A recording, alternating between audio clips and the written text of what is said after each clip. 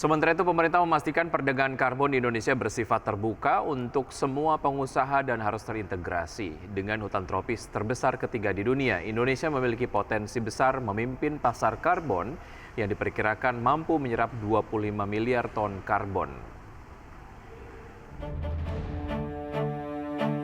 Pemerintah memastikan perdagangan karbon di Indonesia bersifat terbuka untuk semua pengusaha.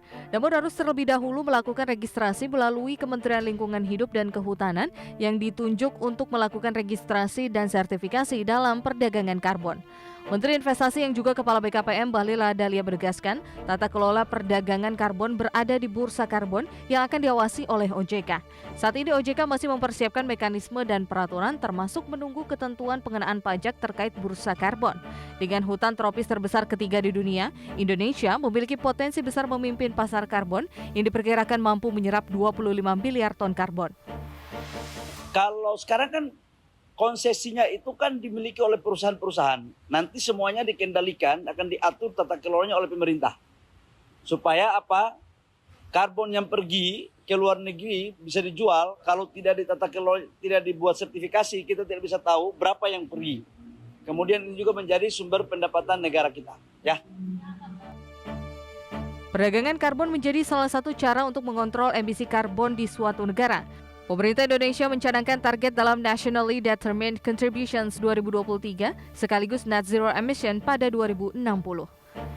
Jakarta, Tim Liputan, IDX Channel.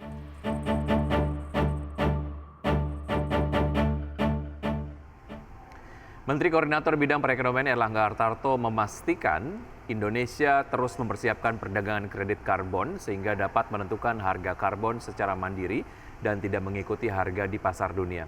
Saat ini jajaran kementerian tengah menyusun pembentukan bursa karbon di Indonesia untuk bisa melakukan hal tersebut.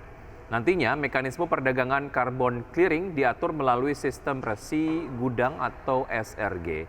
Perdagangan karbon juga akan menggunakan sistem perdagangan elektronik yang dapat menelusuri hutan asal yang memproduksi karbon tersebut. Indonesia disebut memiliki potensi pasar karbon yang besar dengan hutan tropis terbesar ketiga di dunia seluas 125 juta hektar. Indonesia memiliki potensi besar memimpin pasar karbon yang diperkirakan mampu menyerap 25 miliar ton karbon. Perdagangan karbon menjadi salah satu cara untuk mengontrol emisi karbon di suatu negara. Pemerintah Indonesia mencanangkan target dalam National Determined Contribution 2030 sekaligus Net Zero Emission atau nol emisi pada tahun 2060.